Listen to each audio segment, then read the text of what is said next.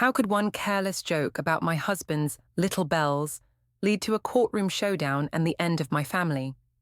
What happens when a joke meant to embarrass turns into a legal avalanche I never saw coming? The clinking of silverware against plates filled Romano's Italian restaurant as our family gathered around the large corner table. It was Nolan's 36th birthday, and I should have been focused on celebrating my husband. Instead, I found myself scanning the faces around us, craving the validation that came from being the center of attention. "So, Nolan," I said loudly enough for everyone to hear, cutting through his quiet conversation with his brother Bryce about quarterly tax reports. "Tell everyone about your new hobby with those little Christmas bells you bought." Nolan's fork paused halfway to his mouth. His pale blue eyes met mine across the table, and I saw something flicker there. Hurt, maybe warning, but I was already committed to the bit. "Oh, this is good," laughed my mother Sylvia, her wine glass already half empty despite us only being there 20 minutes. "What kind of bells, sweetheart?" I felt the familiar rush of having an audience. "Well, he bought these tiny little jingle bells from the craft store. Says he's going to make wind chimes." I paused for dramatic effect, noting how Nolan's jaw had tightened. But honestly, they're so small and quiet, I told him they're too little to even argue with me. His little bells don't even ring loud enough for that. The table erupted in laughter. Sylvia practically snorted into her wine, and even some of Nolan's coworkers, who had joined us, chuckled. But I noticed Nolan's mother, Irene, wasn't laughing. She was staring at me with those sharp grey eyes that always made me feel like I was being evaluated and found wanting. That's not really what happened," Nolan said quietly, setting down his fork completely. "Oh, come on, honey," I waved my hand dismissively. "Everyone knows you're too sensitive about everything. It's just a joke." I turned back to the table. He gets so worked up over the tiniest things. Yesterday he spent 2 hours organizing his desk drawer. 2 hours for pencils and paper clips. More laughter, but I caught Bryce trying to change the subject. "So, how's work going, Phryne? Still at the medical center?" I barely acknowledged him. I was on a roll now. And don't get me started on his little hobby projects. Last month it was organizing all our photo albums by date and event. Who does that? I mean, really? "Someone who cares about preserving family memories," Irene said quietly, but her voice carried an edge. I felt heat rise in my cheeks. Nolan's mother had never liked me, not since the day we met 8 years ago. She thought her precious son had married beneath him. I was sure of it. "Well, sure, but there's caring, and then there's obsessing," I said, forcing a laugh. "I keep telling him his attention to detail is sweet, but sometimes a girl needs her husband to pay attention to bigger things, you know?"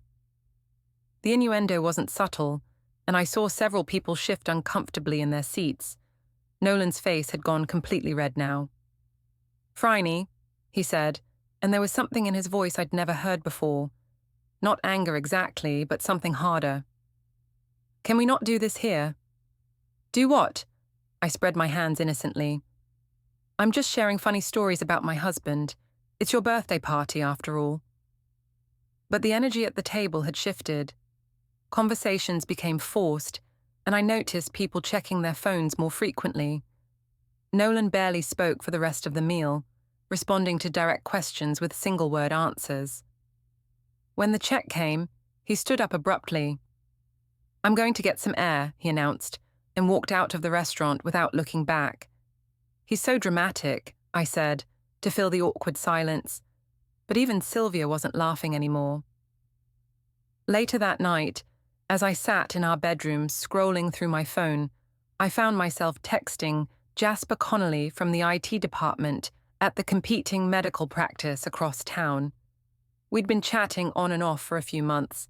Nothing serious, just harmless flirtation that made me feel appreciated. "Rough night," I typed, husband being his usual oversensitive self. "Want to talk about it?" came his quick reply. I glanced toward the bathroom where I could hear Nolan brushing his teeth. For the past hour, he'd been moving around the house like a ghost, not saying a word to me. Maybe tomorrow, I texted back. Some people just can't take a joke. His loss, Jasper replied with a winking emoji. I smiled at my phone screen, feeling that familiar flutter of excitement. At least someone appreciated my sense of humor. What I didn't know was that Nolan had seen me texting someone from the hallway, and what I definitely didn't know was that my harmless joke at dinner had been the final straw in a marriage that was already hanging by a thread. 3 weeks after the birthday dinner incident, I was spending more and more time at work, staying late to catch up on billing. At least, that's what I told Nolan. In reality, I was meeting Jasper at his apartment 2 blocks from the medical center. You deserve better than someone who can't appreciate your personality, Jasper said as we sat on his couch, sharing a bottle of wine. His apartment was everything our family home wasn't. Sleek, modern, and free from the responsibilities that weighed me down daily. I know, right? I leaned into him, enjoying the way his arm felt around my shoulders.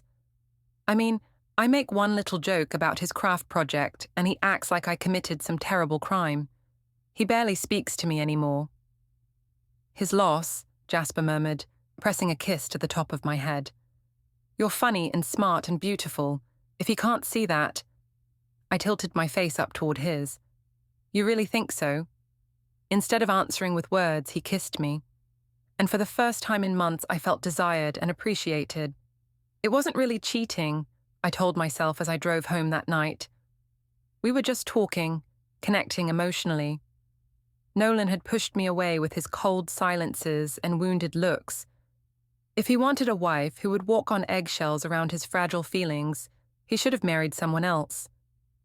At home, I found Nolan in his study, working on his laptop even though it was past 10 o'clock. You're up late, I said, trying to sound casual as I lingered in the doorway. Busy season, he replied without looking up from his screen. Lots of clients need their quarterly reports finished. I stayed late too. The new billing software is giving everyone trouble. The lie came easily, practiced from the past few weeks of deception. He just nodded, still not making eye contact. Daisy was asking for you at bedtime. I told her you were working hard to help people.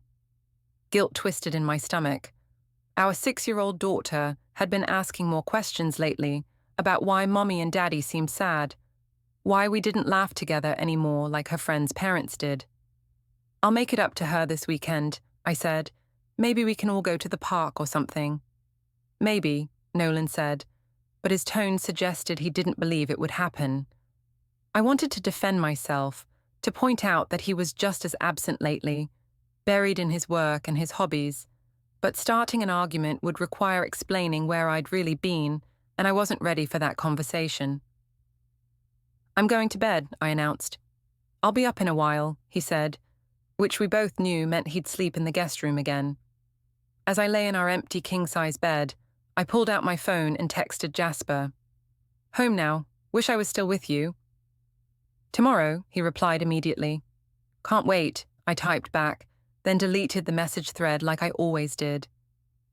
What I didn't realize was that Nolan's late nights weren't just about work. He'd been documenting the changes in our marriage, noting the times I came home late, the excuses that didn't quite add up, the way I guarded my phone like it contained state secrets. And 3 days later, when I rushed out of the shower to answer what I thought was my work calling, I left my phone unlocked on the bathroom counter. Nolan, coming to brush his teeth before bed, couldn't help but see the message notification that popped up. Missing you already. Can't wait to see you tomorrow. Jay. He stared at the screen for a long moment, then quietly took a photo of it with his own phone, before setting mine back exactly where I'd left it. When I emerged from the bedroom in my robe, hair wrapped in a towel, Nolan was already in the guest room with the door closed. I picked up my phone, saw Jasper's message, and smiled as I typed back my response. Missing you too. This weekend can't come fast enough. I had no idea that my husband was lying awake in the next room, staring at the ceiling and making plans. The breaking point came at Irene's house during Sunday dinner. a monthly tradition that had become increasingly tense since the restaurant incident. Extended family filled the dining room. Nolan's brother Bryce with his wife, an 11-year-old daughter Lila, a few cousins, and my mother Sylvia, who had driven up from the city. I'd been feeling confident that week.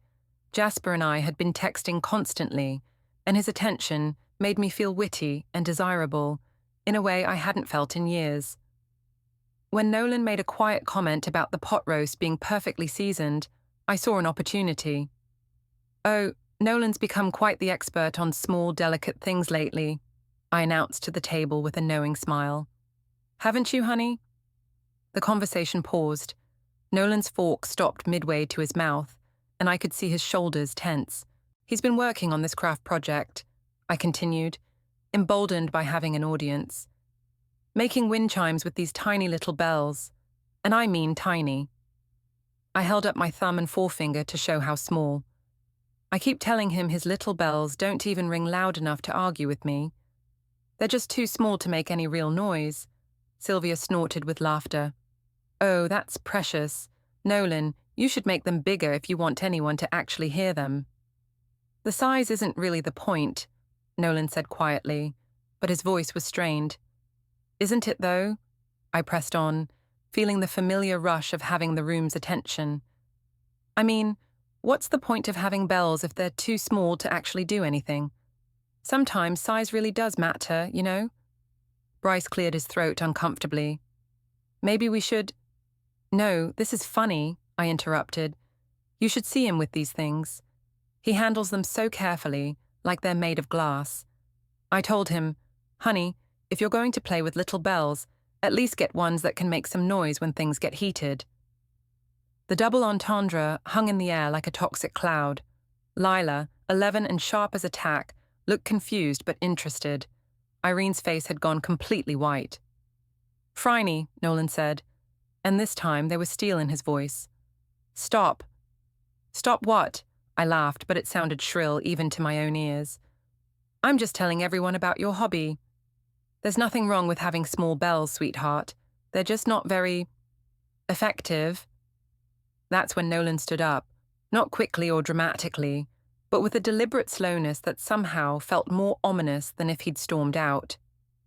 "Excuse me," he said to the table. "I need some air." "See," I said as he walked away. "Too sensitive. Can't even handle a little teasing about his craft projects." But the room had gone dead silent. Even Sylvia wasn't laughing anymore. "That was cruel," Irene said quietly. "It was just a joke," I protested. "Everyone's so serious around here." "That wasn't a joke," Bryce said, his voice tight with anger. "That was humiliation. In front of his family." "Oh, please, if he can't handle a little ribbing about his hobbies." "We all know what you were really talking about," Irene interrupted, her grey eyes flashing. "And it was inappropriate and hurtful." I felt my cheeks burn. "I don't know what you think you heard, but—" "We heard exactly what you intended us to hear," Bryce said, standing up, "and it was disgusting." The rest of dinner was a disaster. Nolan didn't come back inside, conversations were stilted and uncomfortable, and people left earlier than usual. As we gathered our things to go, I overheard Lila asking her mother what I meant about Uncle Nolan's bells being too small. "Just grown-up nonsense, honey," Bryce's wife said, but she shot me a look of pure disgust. On the drive home, Nolan and I sat in complete silence. Daisy, buckled into her car seat, kept asking why everyone seemed sad at Grandma's house. "Sometimes adults have disagreements, sweetheart," I told her. "It's not your fault." "Are you and Daddy having a disagreement?" she asked in that direct way children have. I glanced at Nolan, hoping he'd help field this question, but he was staring straight ahead at the road, his knuckles white on the steering wheel. "We're fine, baby," I lied. "Everything's fine." But everything was not fine. That night, after Daisy was asleep, I found Nolan in his study again. This time, though, he wasn't working on client files. He was copying something from my phone to his laptop, moving with the same methodical precision he brought to his accounting work. "What are you doing?" I asked, my heart suddenly racing. He looked up at me with eyes I didn't recognize. cold and calculating in a way that made my stomach drop. "Just organizing some files," he said calmly. "You know how I am about keeping good records." I wanted to demand to know what files, to grab my phone and see what he'd been looking at, but something in his expression warned me off. Instead, I mumbled something about being tired and went to bed alone, where I lay awake wondering what exactly my husband had discovered. What I didn't know was that Nolan had screenshots of every message between Jasper and me, timestamps showing when I claimed to be working late, but was actually at his apartment, and a detailed timeline of my lies and deceptions going back months. The joke about his little bells had been the public humiliation that finally pushed him over the edge. But the evidence of my affair was what would fuel his methodical, devastating response. By Tuesday morning, it was clear that my Sunday dinner performance had consequences I hadn't anticipated. Lila, with the innocent cruelty of an 11-year-old, had apparently shared the funny story about Uncle Nolan's little bells with her friends at school, and kids talked to their parents. I first realized how far the story had spread when I walked into the break room at the medical center and conversation stopped mid-sentence. My coworker Janet was refilling her coffee mug, and she gave me a look that was half pity, half disgust. "Rough weekend?" she asked with false sweetness. "Not particularly. Why?" "Oh, just heard through the grapevine that you and Nolan had some interesting dinner conversation at his mother's house." My blood turned to ice. "What grapevine?" "Well, you know how small this town is. My sister's daughter goes to school with the Marchbanks girl, Lila. Apparently she had quite the story to share about her aunt making jokes about her uncle's inadequacies." I felt the room spinning slightly. "It wasn't like that. It was just a silly joke about a craft project." Janet raised an eyebrow. "Uh-huh. That's not how the story's being told around town." The rest of the day was a nightmare of whispered conversations that stopped when I entered rooms, knowing looks from coworkers, and a general atmosphere of judgment that made me want to hide under my desk. By lunch, I was desperate to talk to someone who would understand. I texted Jasper, "Need to see you, can you meet me?" His response took longer than usual. "Kind of busy today." Rain check. That should have been my first warning sign. Jasper had never been too busy for me before, but I was too caught up in my own crisis to read between the lines. At home that evening, things were even worse. Daisy came running to me the moment I walked in the door, tears streaming down her 6-year-old cheeks. "Mummy, why did Emma say you were mean to Daddy in front of everyone?" My heart shattered. Emma was Lila's best friend, and apparently the story had made its way through the elementary school gossip network with the efficiency of a military operation. "Baby, that's not... It's complicated," I stammered, kneeling down to her level. "Sometimes grown-ups say things that get misunderstood. But Emma said you made fun of Daddy's private parts in front of Grandma Irene." I felt like I'd been slapped. "Emma doesn't understand what she heard. I was talking about bells, actual bells." "Then why is Daddy sleeping in the guest room? And why won't Grandma Irene talk to you on the phone anymore?" I didn't have an answer for that. How do you explain to a 6-year-old that you've humiliated her father publicly and possibly destroyed your marriage over a joke you thought was funny? "Where is Daddy?" I asked instead. "In his office. He's been printing lots of papers." I found Nolan exactly where Daisy said he'd be, surrounded by neat stacks of documents. When he looked up at me, his expression was completely neutral, which was somehow more terrifying than anger would have been. "We need to talk," I said. "Do we?" He gestured to one of the stacks of papers. "I think everything's been said pretty clearly already. Nolan, I'm sorry about Sunday. I know the joke went too far." "The joke?" He repeated the words like they tasted bitter. "Is that what we're calling it?" I was just trying to be funny. You know I didn't mean anything by it." He stood up slowly, and I noticed he'd lost weight recently. His clothes hung looser than they used to, and there were dark circles under his eyes. "Phryne, Do you have any idea what it's like to have your wife mock your masculinity in front of your entire family? To have your 11-year-old niece repeat those jokes at school so that the whole town knows your wife thinks you're inadequate? I never said you were inadequate. You didn't have to say it directly. Everyone knew exactly what you meant. He picked up one of the document stacks. But you know what? The public humiliation isn't even the worst part. What do you mean? Instead of answering, he handed me a printed sheet of paper. It took me a moment to recognize what I was looking at. Screenshots of my text conversations with Jasper, printed in chronological order. The worst part, Nolan continued in that same eerily calm voice, is realizing that my wife has been cheating on me for months while making me look like a fool in public. My hands were shaking as I stared at the evidence of my affair laid out in black and white. Messages I thought I'd deleted, photos Jasper had sent, timestamps that clearly showed when I was lying about working late. Nolan, I can explain. Can you? Can you explain why you told me you were working on billing issues when you were actually at Jasper Connolly's apartment? Can you explain why you've been emotionally and physically involved with another man while publicly humiliating me? I sank into the chair across from his desk, the papers scattered in front of me like evidence at a crime scene. It wasn't supposed to happen like this. How is it supposed to happen, Phryne? What was your plan here? There was no plan. I was lonely, and you were always working or doing your projects, and Jasper made me feel appreciated. So this is my fault? No, that's not what I'm saying. But even as I protested, I realized that was exactly what I was saying. I'm saying that we've both been distant lately, and maybe if we'd been communicating better. Don't. His voice cut through my excuses like a blade. Don't you dare try to make this about communication problems. You chose to have an affair. You chose to humiliate me publicly. You chose to lie to our daughter about where you were spending your evenings. The mention of Daisy made me start crying. Please, Nolan, we can work this out, for Daisy's sake. For Daisy's sake, he laughed, but there was no humor in it.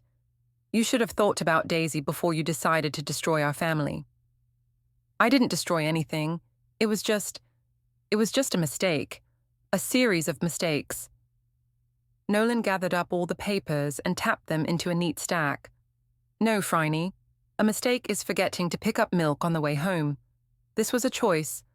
Multiple choices made over several months, with complete disregard for your family. So what happens now? I whispered. He looked at me for a long moment, and I saw something in his eyes that made my blood run cold. Not anger, not hurt, but a kind of cold determination that I'd never seen before. Now you're going to find out what happens when someone with excellent organizational skills and attention to detail decides to protect himself and his daughter. That night, I tried calling Jasper, desperate to talk to someone who might understand my side of the story. The call went straight to voicemail. My text messages went unanswered. It was like he'd vanished the moment things got complicated. I was completely alone, and for the first time, I began to understand that my harmless jokes and innocent flirtation had set in motion something I couldn't control or manipulate my way out of. The formal letter arrived on a Thursday morning, delivered by a courier service that required my signature. The return address showed the name of Patterson, Burke and Associates, a law firm I'd never heard of, but that filled me with immediate dread. Inside was a single page of legal letterhead with devastating simplicity. Notice of intent to file for dissolution of marriage and petition for custody modification. My hands were shaking so badly, I could barely read the details, but certain phrases jumped out like physical blows. Irreconcilable differences, adultery, emotional harm to minor child, primary custody. I called Nolan immediately, but it went straight to voicemail. I tried his office, but his secretary said he was in meetings all day and couldn't be disturbed. For the first time in our 8-year marriage, I couldn't reach my husband when I desperately needed to talk to him. Instead, I got a different kind of call that afternoon. Jasper, finally returning my messages from the past week. We need to stop seeing each other, he said without preamble. What? Jasper, I need you right now. Nolan's filing for divorce and… That's exactly why we need to stop. I can't get dragged into a messy divorce case. I have my own career to think about. I felt like I was drowning. But I thought we had something real. We had fun, Phryne, but I never promised you anything more than that. You're married with a kid. I'm not looking to be a homewrecker. You're not a homewrecker. This isn't your fault. Look, I'm sorry things got complicated, but I can't be part of this anymore. Don't contact me again, okay? The line went dead. Just like that, the man I'd risked my marriage for had abandoned me the moment things got difficult. That evening, when Nolan came home from work, I was waiting for him in the living room with the legal papers spread out on the coffee table. We need to talk about this, I said, trying to keep my voice steady. There's nothing to discuss. My lawyer will handle everything from here. Your lawyer? Nolan, we don't need lawyers. We can work this out ourselves. He sat down across from me, but his posture was rigid, formal. Can we? Because from where I'm sitting, you've spent the last several months lying to me, cheating on me, and humiliating me publicly. What exactly is there to work out? I know I made mistakes. Stop calling them mistakes. His voice was sharp now, the first real emotion I'd heard from him in weeks. You didn't accidentally fall into bed with another man. You didn't accidentally mock me in front of my family. These were deliberate choices. I started crying again, but this time it felt different, more desperate. Please, Nolan. Think about Daisy. Think about our family. We can go to counseling. I'll do whatever you want. What I want is for my daughter to grow up in a stable environment where she doesn't have to watch her mother destroy her father's dignity for entertainment. That's not fair. Fair? He pulled out a thick folder from his briefcase and set it on the table between us. You want to talk about fair? Let's talk about what's in here. With methodical precision, he began laying out documents, phone records showing calls to Jasper during times I claimed to be working, credit card statements showing purchases I'd made for him, dinners, gifts, even a hotel room one evening when his apartment was being fumigated, screenshots of text messages that became increasingly intimate over time. You documented everything, I whispered. I'm an accountant, Phryne. Documentation is what I do. He pulled out another stack of papers. These are statements from witnesses who heard your jokes about me at various family gatherings over the past 6 months. Turns out the restaurant incident wasn't the first time you decided to publicly mock me. I stared at the papers, seeing my marriage dissected with the same precision Nolan brought to his client's financial records. Every cruel comment, every lie, every moment of betrayal was there in black and white. This one's my favorite, he said, pulling out a final document. It's the incident report from Daisy's school. Apparently, she got into a fight with another child who repeated some of the things you said about me. A 6-year-old had to defend her father's honor because her mother wouldn't. That broke something inside me. I never meant for any of this to hurt Daisy. But it did hurt her. It's hurting her right now.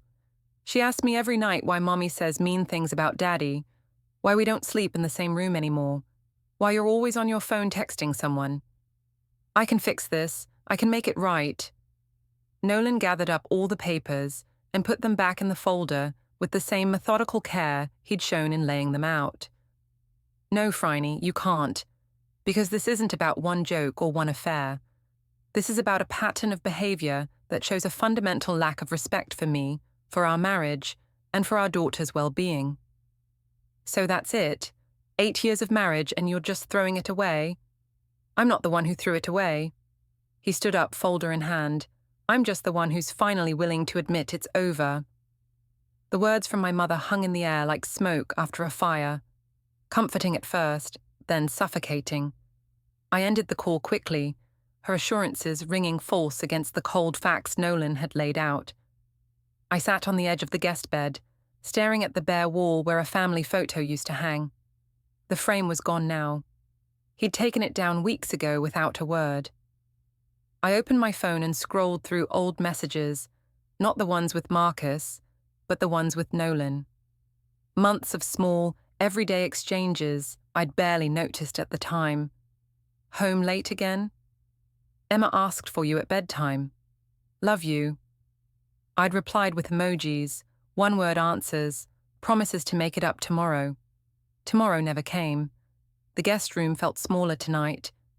I walked downstairs to the kitchen, where Nolan had left the folder on the counter like a silent accusation. I opened it again, forcing myself to look at every page. The photos weren't grainy surveillance shots. They were clear, time-stamped, almost clinical. Me laughing too loudly at Marcus's table at the company happy hour. My hand on his arm during a team-building lunch. Texts I'd sent at 2 a.m. while Nolan was asleep beside me. Wish you were here instead. I'd convinced myself they were harmless flirtations, the kind every married woman indulges in when life gets monotonous. But the pattern was undeniable. Every time Nolan reached for connection, I pulled away towards something shinier. I closed the folder and went to Emma's room. She was asleep, thumb in her mouth the way she still did when she was anxious. I sat on the floor beside her bed and watched her breathe. She'd asked me yesterday why Daddy slept in the other room. I'd said, grown-ups sometimes need space. She'd nodded, accepting it the way children accept things they don't understand. But she wasn't stupid. She felt the shift in the house, the quiet dinners, the forced smiles, the way Nolan and I no longer looked at each other across the table. I stayed there until my legs cramped, then slipped out and returned to the guest room. Sleep didn't come. Instead, memories played on loop. Our wedding day, when Nolan cried during his vows. The night Emma was born, when he held my hand and whispered, "We did this together." The quiet evenings we used to spend on the porch, planning vacations we never took because work always came first. His work, my work, then Marcus. Around 3 a.m., I opened my messages and typed to Marcus. "We need to stop, all of it. No more texts, no more lunches, no more anything." I hit send before I could second-guess it, then blocked his number. The relief was immediate and nauseating, like lancing an infected wound. Morning arrived grey and heavy. Nolan was already up, making coffee the way he always did, black for him, cream and sugar for me, even though I hadn't drunk it that way in months. He didn't speak when I entered the kitchen, just slid the mug across the counter. "I ended it," I said quietly. "With Marcus. Completely." He nodded once, expression unreadable. "Good." "I'm sorry, Nolan. Not just for getting caught, for everything. For the lies, the distance, the way I made you feel invisible." He looked at me then, really looked, and I saw the exhaustion etched into his face. "I needed to hear that months ago." "I know. I was too busy protecting my ego to see what I was doing to us." He took a slow sip of coffee. "I'm not ready to forgive yet. Maybe I never will be. But Emma needs both of us, and I won't let her grow up in a war zone. So we try counseling, one last time. Strict boundaries, full transparency, phone access, shared calendar, no secrets. And if it doesn't work, we walk away clean.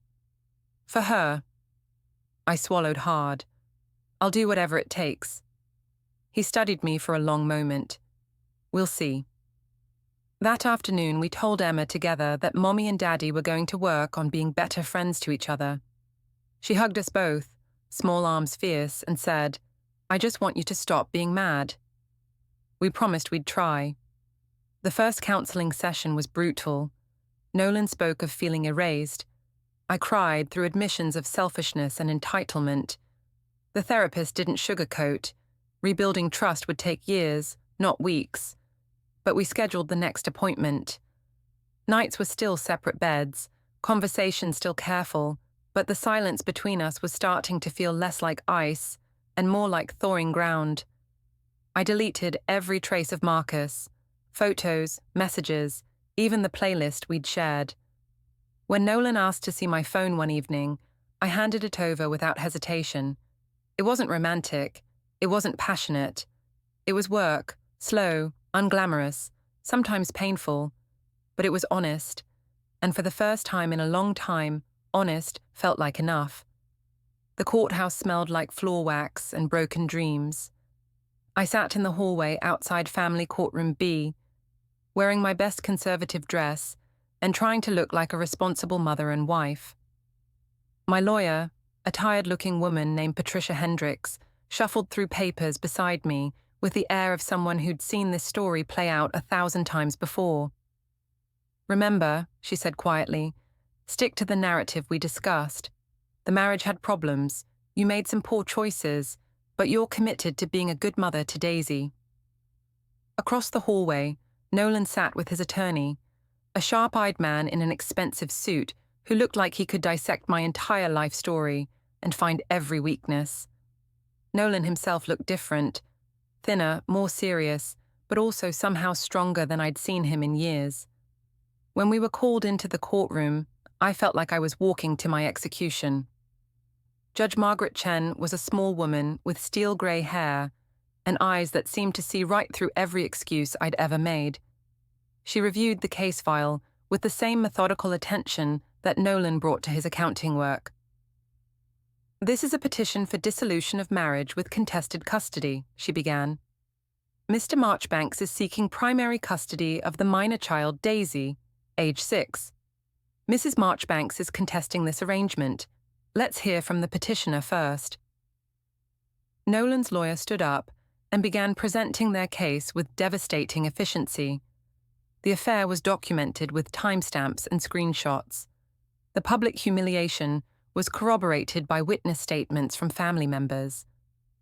The impact on Daisy was supported by school incident reports and a statement from her guidance counselor. "Your Honor," the lawyer said, "this case represents a pattern of behavior that prioritizes Mrs. Marchbanks's personal gratification over the stability and well-being of her family. The evidence shows deliberate deception, public humiliation of her spouse, and a concerning lack of regard for how her actions affect her young daughter." When it was my turn to testify, I tried to stick to the script my lawyer and I had rehearsed. Yes, I'd made mistakes. Yes, the marriage had problems, but I loved my daughter and deserved to be part of her life. "Mrs. Marchbanks," Judge Chen said, "I've reviewed the evidence presented by your husband's counsel. Can you explain why you felt it was appropriate to make jokes about your husband's masculinity in front of family members, including an 11-year-old child? I wasn't really talking about—" I stumbled over the words, realizing how ridiculous my explanation sounded in a courtroom setting. They were just jokes.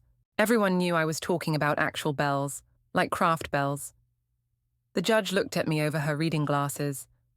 "Mrs. Marchbanks, I've read the witness statements. Your sister-in-law's 11-year-old daughter repeated these jokes at school, causing your own daughter to get into a physical altercation defending her father. Does that sound like innocent humor about craft supplies?" I felt my carefully constructed narrative crumbling. I never meant for it to go that far. "But you continued making these jokes even after seeing how they affected your husband." Yes, but... "And during this same time period, you were conducting an extramarital affair." The word affair hung in the courtroom air like an accusation. "It wasn't really an affair. We connected emotionally."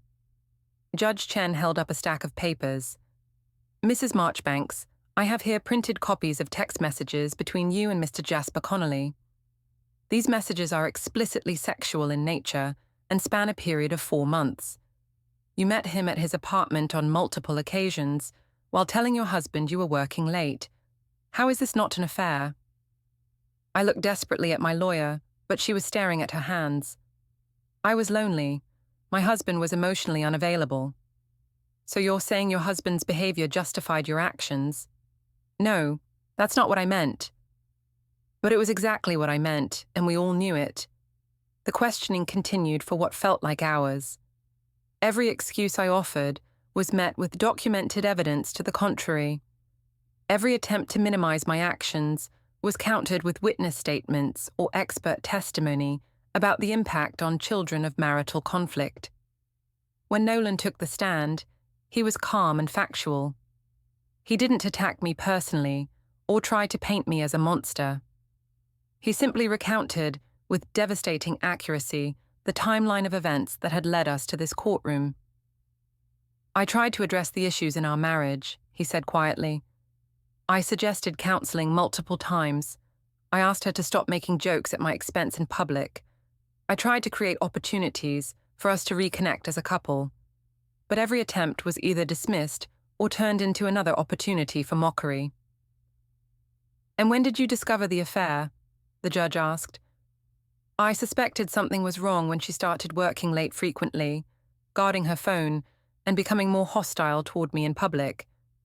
I confirmed it when I saw a text message on her unlocked phone. After that, I began documenting everything, hoping we could work it out in counseling. But the public humiliation at my mother's house made me realize that wasn't possible." "Why are you seeking primary custody?" Nolan was quiet for a long moment. "Because I want my daughter to grow up knowing that actions have consequences, that marriage is about respect and commitment, and that she deserves better than what she's been witnessing at home." When it came time for character witnesses, the difference was stark. Nolan's side of the courtroom was filled with family members, coworkers, and friends who spoke about his dedication as a father, his integrity as a person, and his attempts to save the marriage. My side had my mother, who spent most of her testimony complaining about how Nolan was too sensitive and didn't appreciate my sense of humor. Even my own lawyer looked embarrassed. The final blow came when Daisy's guidance counselor testified about the impact of our marital problems on our daughter. "Daisy has become withdrawn and anxious," she said. "She's gotten into several conflicts at school, defending her father against comments other children have made. She's also expressed confusion about why her mother says mean things about her father. In my professional opinion, she would benefit from a stable primary residence with clear boundaries and consistent messaging about respect and family values." When Judge Chen delivered her ruling, her voice was firm and final. "This court finds that Mr. Marchbanks has demonstrated clear grounds for dissolution of marriage based on adultery and irreconcilable differences. Furthermore, the evidence shows a pattern of behavior by Mrs. Marchbanks that prioritizes her personal desires over the well-being of the minor child." She paused, looking directly at me. "Mrs. Marchbanks, your conduct, both the extramarital affair and the public humiliation of your husband, has created an unstable environment for your daughter. Your testimony today shows a continued unwillingness to take full responsibility for your actions. Therefore, this court grants primary custody of Daisy Marchbanks to her father, with supervised visitation for the mother pending completion of family counseling and a parenting class." The gavel came down like a gunshot, and suddenly it was over. 8 years of marriage, 6 years of motherhood, all reduced to a legal ruling that left me with supervised visits and court-mandated classes. As people filed out of the courtroom, I sat frozen in my chair, finally understanding the full scope of what my harmless jokes had cost me. Nolan collected Daisy from the hallway where she'd been waiting with Irene, and I watched my little girl walk away with her father, probably wondering why Mommy looked so sad. Jasper was nowhere to be found, of course. He'd refused to even respond to the court summons, leaving me to face the consequences of our affair alone. In the end, my joke about Nolan's little bells being too small to argue with me had been proven devastatingly wrong. Those quiet, methodical bells had rung loud enough to be heard in a courtroom, and their sound had cost me everything I'd once taken for granted. As I walked out of the courthouse alone, I finally understood what Nolan had been trying to tell me all along. Respect isn't something you can take back once it's gone, and some jokes aren't funny to anyone except the person telling them.